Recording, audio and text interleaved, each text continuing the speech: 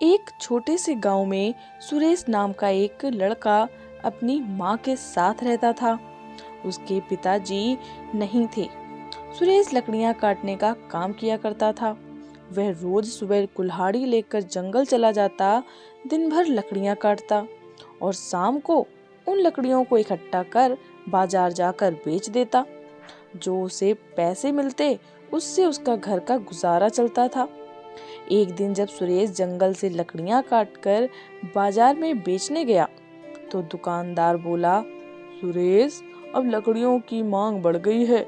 इतनी लकड़ियों से काम नहीं चल पाएगा। तुम्हें ज्यादा लकड़ियां लानी होंगी।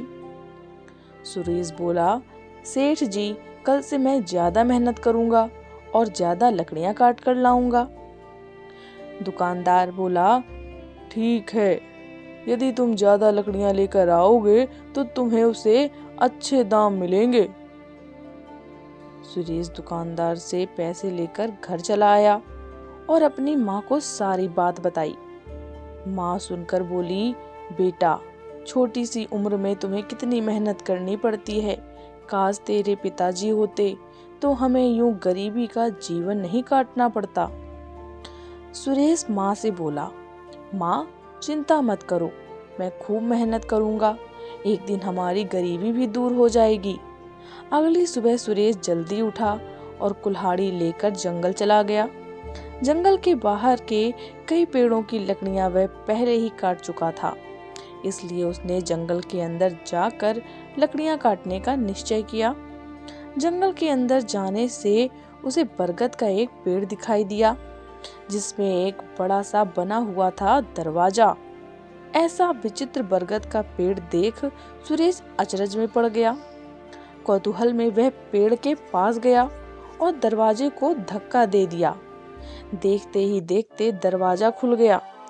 सुरेश ने अंदर झांका तो उसे गुप्त अंधेरा नजर आया, लेकिन फिर भी सुरेश दरवाजे के अंदर चला गया। अंदर कुछ दूर अंधेरे में चलने के बाद उसे रोशनी दिखाई देने लगी। वह रोशनी की ओर बढ़ा तो पाया कि पेड़ के पास एक गांव बसा हुआ है। वह गांव में घूमने लगा। घूमते घूमते अचानक उसे किसी के चिल्लाने की आवाज सुनाई पड़ी। वह आवाज की ओर बढ़ा तो देखा कि वो आवाज एक गड्ढे से आ रही है। उसने गड्ढे में झांका। वहां एक आदमी गिरा हुआ था और सहायता के लिए पुकार रहा था। सुरेश ने उससे कहा, मैं रस्सी फेंक रहा हूँ, आप उसे पकड़कर बाहर आ जाइए। फिर उसने गड्ढे में रस्सी फेंकी, जिसे पकड़कर वह आदमी गड्ढे से बाहर आ गया। वह सुरेश को बहुत धन्यवाद देने लगा। वो सुरेश से बोला, धन्यवाद की कोई बात नहीं, हम सबको एक दूसरे की मदद करनी चाहिए। फिर उस आदमी ने सुरेश से पूछा, तुम कौन हो और यहाँ कैसे आए? सुरेश ने उसे बरगद के पेड़ के दरवाजे के बारे में सारी बात बता दी। तब वह आदमी बोला, वह एक जादुई दरवाजा है जो केवल 10 दिनों के लिए खुलता है। तुम्हें शाम होने के पहले वापस जाना होगा, क्योंकि अगर दरवाजा बंद हो गया तो तुम 10 दिन अपने घर नहीं जा पाओगे। सुरेश ने इस जानकारी के लिए उसका धन्यवाद किया और आगे जाने लगा। तब उस आदमी ने उसे एक डंडा दिया और बोला, तुम मेरी जान बचाई हो, इसलिए ये डंडा रख लो। पर मैं इस डंडे का क्या करूंगा? ऐसा सुरेश ने आश्चर्य में बोला। ये एक जादुई डंडा है, इससे तुम जितनी लकड़ियां मांगोगे ये तुम्हें देगा, उस आदमी ने कहा। सुरेश ने जादुई डंडा ले लिया और उस आदमी का धन्यवाद कर आगे बढ़ गया। कुछ दूर जाने पर उसे एक बूढ़ा आदमी दिखाई पड़ा जो कुछ परेशान सा था।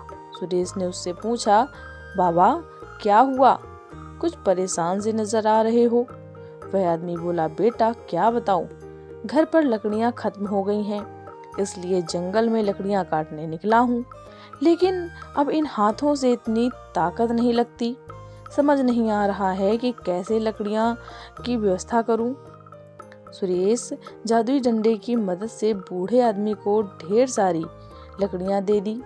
बूढ़े आदमी ने उसका धन्यवाद किया और उसे एक बर्तन देते हुए कहा, बेटा, ये एक जादुई बर्तन है जब भी खाने की जरूरत पड़े इससे मांग लेना।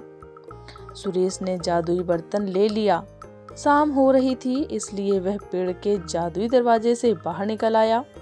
खुशी खुशी वह घर पहुंचा और पागल जंगल में ही कुछ घटना के बारे में बताते हुए जादुई डंडा और जादुई बर्तन माँ के हाथ में रख दिया। इसने जादुई बर्तन ले लिया। शाम हो रही थी, इसलिए वह पेड़ के जादुई दरवाजे से बाहर निकल आया। खुशी खुशी वह घर पहुंचा और जंगल में हुई सारी बात को अपनी माँ से बता दिया, जादुई डंडा और जादुई बर्तन के बारे में भी। माँ जादुई डंडे और जादुई बर्तन को देखकर बहुत खुश हुई। सुरेश को भूख लग रही थी तो उसने जादुई बर्तन से खाना मांगा। ढेर सारे पकवान उनके सामने थाली में सज गए। माँ बेटे ने उस रात पेट भरकर खाना खाया। अगली सुबह सुरेश ने जादुई डंडे से ढेर सारी लकड़ियां मांगी और दुकानदार को बेचकर अच्छे पैसे कमाए। जादुई डंडे और जादुई बर्तन की मदद से धीरे धीरे उनकी गरीबी दूर हो गई और वे आनंद पूर्वक रहने लगे। सदा विपत्ति में फंसे लोगों की सहायता करनी चाहिए। भला करोगे तो भला प्रतिफल प्राप्त होगा। आप लोग भी हमारे चैनल को सब्सक्राइब करके लाइक शेयर जरूर करें और हमारा सपोर्ट करें।